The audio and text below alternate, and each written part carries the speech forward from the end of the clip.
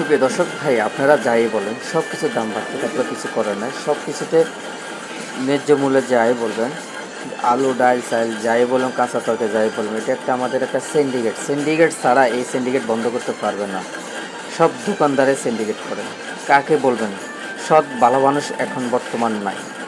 এই কারণে আমাদের দেশে এখনও কিছু কিছু অমানুষের কারণে সব কিছুর দাম বাড়ে।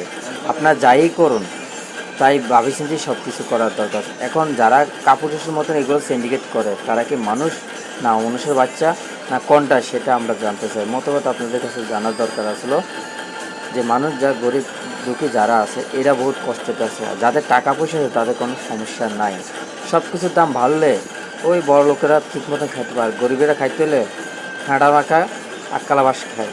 তা আপনাদের থেকে ভালো লাগে আর আল্লাহ, যারা এই কাজ করবে আল্লাহ তাদের উপর আল্লাহ গজব করবে অবশ্যই অবশ্যই।